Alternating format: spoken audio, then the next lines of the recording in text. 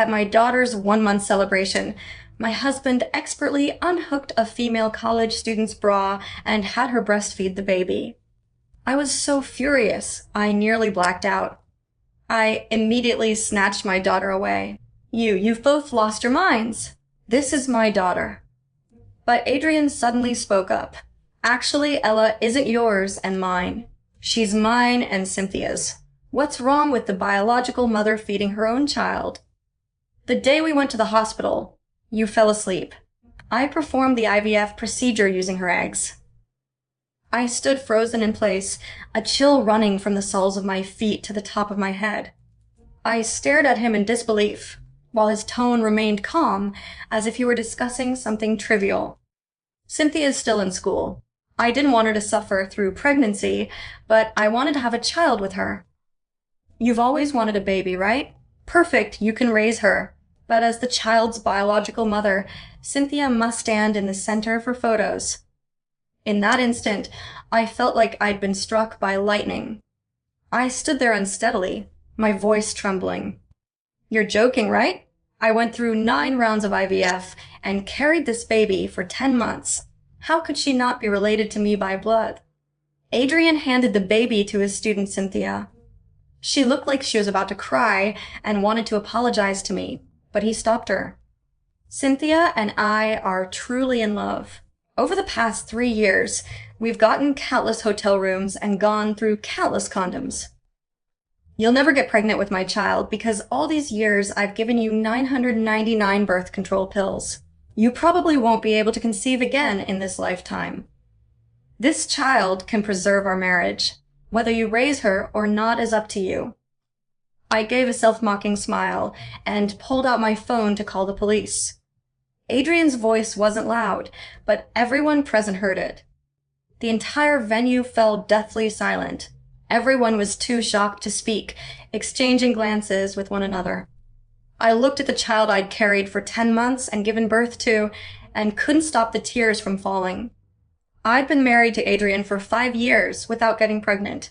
I thought it was my problem, so I underwent 9 rounds of IVF. When I finally got pregnant, I cherished it immensely, waiting day after day with anticipation. But the truth was, this was my husband's child with his mistress, and my husband was an obstetrician. Throughout my pregnancy, I had terrible morning sickness. I vomited until I was half dead. Then, during delivery, I hemorrhaged. I only made it back from death's door through sheer willpower. Tears poured down like a broken dam, and pain instantly spread through my entire body. Everyone had congratulated me on the birth of my daughter, but Adrian chose this happy moment to deal me a crushing blow. Adrian helped Cynthia get dressed, then turned and took the baby from my arms. Photographer, please point your camera at Cynthia and me.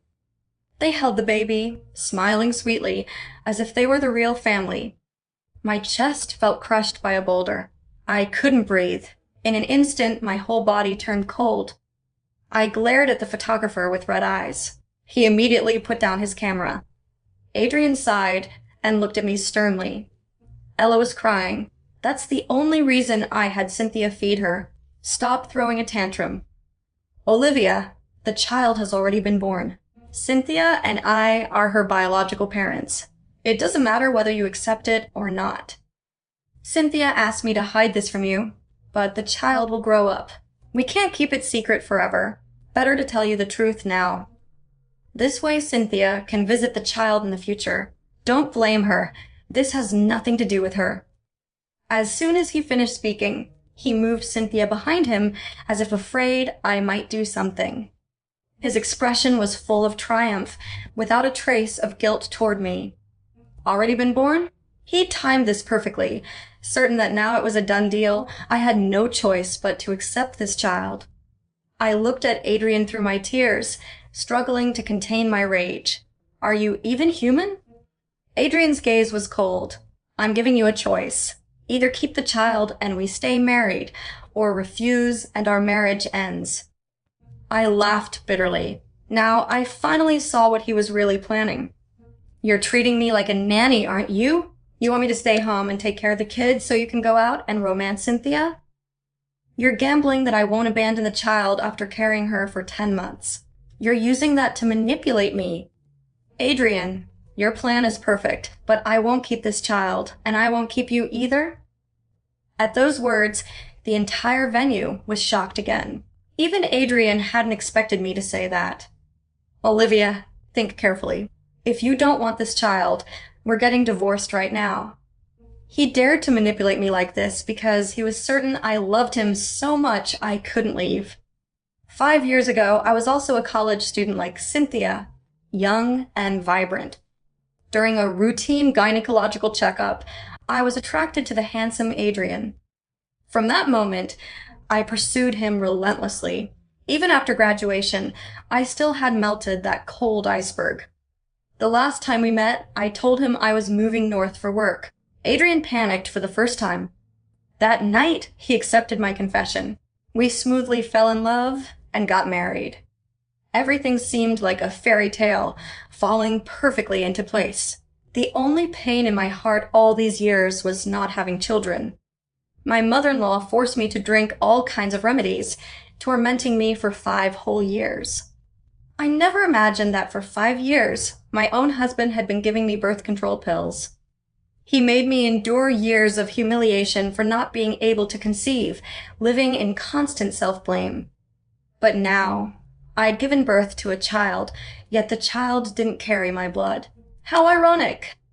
I took off my dress on the spot, removed my wedding ring and threw it away, then turned to leave. Adrian, you've overestimated how much I love you. A marriage like this isn't worth keeping. Cynthia rushed to block my way, looking like she was about to cry. Olivia, I'm sorry. I didn't mean to interfere with your marriage. It's all my fault. Adrian and I just couldn't resist in the moment. If it bothers you, I can stop seeing him. I won't visit the child either. Please don't divorce because of me. As I examined Cynthia carefully, I suddenly recognized her as the high school student I'd sponsored years ago. How ridiculous! The student I sponsored had climbed into my husband's bed. You're not afraid, Adrian, and I will divorce. You're afraid no one will take care of the child. After all, you still have school. If people found out you seduced a married man and had a child out of wedlock, you definitely couldn't continue your education. I wasted my money sponsoring your education. I raised an ungrateful wolf. Adrian rushed over and slapped me hard across the face, then pulled Cynthia into his arms. What are you talking about? Cynthia is innocent. If you have a problem, take it out on me. Don't even think about bullying her. I suggest you think carefully about whether you want this child. If you raise her, I'll let her call you Mom too in the future. You and Cynthia can both be her mothers. But if you keep making a scene like this, don't expect to ever see her again. I took a deep breath. 10 months of pregnancy, flesh that fell from my body. How could I not feel the pain? But no matter how much it hurt, I had to leave. They'd been hurting me for so long. If I continued to endure, they'd only hurt me deeper. Threatening me? You should worry about yourself instead. One obstetrician performing illegal procedures, one college student seducing a married man. If today's video gets posted online, will you two even have the nerve to stay in LA? Adrian looked at me in disbelief. I didn't hesitate. I turned and left. Suddenly, sharp pains shot through my abdomen. I looked down. Blood was streaming from my lower body. I realized this was from my wound tearing due to emotional stress. I couldn't hold on and collapsed on the spot. When I opened my eyes again, I was lying in a hospital bed with my parents beside me, crying their eyes out. They were pointing at Adrian and cursing him. When they saw me wake up, all 3 surrounded me. Olivia, you're finally awake. You nearly scared us to death. Adrian, since you did such shameless things, get out of here right now. Don't bother Olivia. No matter how much my parents cursed him, he didn't react. He just calmly checked my body. Only after confirming I was okay did he breathe a sigh of relief. I said coldly, I want to be discharged. He froze in place, looking at me in disbelief. Olivia, can you stop making a scene? You're in such poor condition right now. You can't leave the hospital. You need to rest properly in the hospital. If the regular room isn't comfortable, I'll book you a VIP room. I shook my head. No. I just don't want to see you. Things have come to this point. Why are you still putting on this fake act of concern? Adrian couldn't convince me, so he carefully helped me check out. I'll drive you home myself. You can rest in the back seat. I've been thinking a lot. Cynthia's still young after all. She can't handle the responsibility of caring for a child. Only you are most suitable to be Ella's mother. As long as you don't expose what's between Cynthia and me, we don't have to divorce. My heart sank. Wasn't hurting me enough? He wanted to keep using me? I ignored him and noticed a fancy gift bag in the back seat containing a necklace. Just as I was about to take it out for a look, he snapped at me. Don't touch it. He slammed on the brakes and stopped abruptly by the roadside, looking nervous and anxious. Seeming to notice his emotional reaction was off, he immediately snatched the necklace from my hand. This is expensive. Don't break it by accident. Unfortunately, I'd already seen it. The necklace was engraved with Cynthia's initials. The card said he was giving her 999 gifts, and when he finished, they would get married. This necklace brand was a luxury label. Supposedly you had to fly to France specifically to buy it. He carefully put the necklace away, placing it where I couldn't reach. I suddenly remembered Adrian hadn't given me a gift in many years. Everyone knew doctors were busy. I never asked for anything on birthdays or anniversaries. But the day I gave birth, Adrian, supposedly a renowned obstetrician, wasn't there. Even after the baby was born, he never once said I'd worked hard. In that moment, my heart died. The back seat was filled with many things belonging to him and Cynthia. One item especially caught my eye, a contract. It was Adrian's contract for organizing her wedding. I was shocked and couldn't believe it. My heart was pounding wildly as I closed the contract in terror. The man before me who once said he loved me more than life itself was now truly going to marry someone else. I felt like such a fool to be deceived so thoroughly. I hated myself for being blind, for being such a poor judge of character. Tears blurred my vision. I was choking, almost suffocating. The car slowly drove past a chapel. Years ago, he'd rented out the entire chapel to propose to me. The whole city knew. We held a century wedding that shocked the entire city. He spared no expense designing a castle-like chapel for me. Everyone said he loved me desperately to give me the wedding every girl dreams of. At the wedding, he cried with emotion, holding me tightly. He said he could finally be with me forever. Looking back now, it was laughable.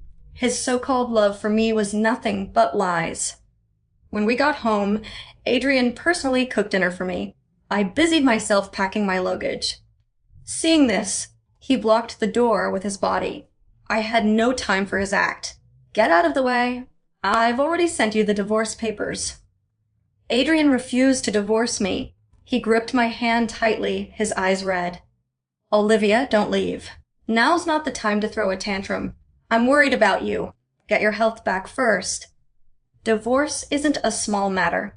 You'd better think it through before deciding. You'll have a hard time having children again. Who would want you after divorce? At the celebration, he threatened me with divorce. Now that I was leaving, he panicked. But I saw right through him. This was just another excuse to stall and torment me. I stared at him blankly, feeling nothing but disgust, but not knowing where to begin cursing him. Adrian pulled me into his arms, holding me carefully, apologizing over and over. I'm sorry, Olivia. I did something terrible to you, but it's already late. If you're leaving, can you leave tomorrow instead? I raised my hand and slapped him, shoving him away hard. I left without hesitation. Just as I reached downstairs, I suddenly ran into Cynthia. She had a smile on her lips. Actually, when you were hemorrhaging during childbirth, Adrian was with me. We were doing it in the delivery room next door. Can you imagine how exciting that was? He said I was so much tighter than you. With just one word from me, he could have abandoned you when you were on death's door. So, he doesn't love you anymore. Just divorce him already. Each word pierced me deeply. Uncontrollable pain swept through my entire body again. The pain cut to the bone, invading every part of my marrow. I ignored her and turned to leave. A scumbag and a homewrecker. Perfect match. Walking out of the garage, I realized I'd forgotten my car keys. When I walked back, I overheard their conversation at the door. "Cynthia, I can't bear to have you take care of the child. It's too hard." "I won't divorce Olivia. I'll convince her to stay and raise the child. That way we can continue our romance without the child affecting our relationship. Don't worry. To make sure she and I can have children, I'll quietly remove her uterus. I promised only you would bear my child." I was so angry my chest hurt. Fury shot straight to my head. I'd underestimated how shameless these two were. I pulled out my phone to call the police. Suddenly, Cynthia sensed someone outside the door. She opened it and saw me. "Olivia, how are you here?" "Adrian." She didn't hear our whole conversation, did she? Adrian's expression changed. He roughly dragged me into the room. "You, let go! What are you trying to do? This is illegal." He ignored me, forcefully tying me up and taking out professional surgical instruments. "Cynthia, take off her clothes.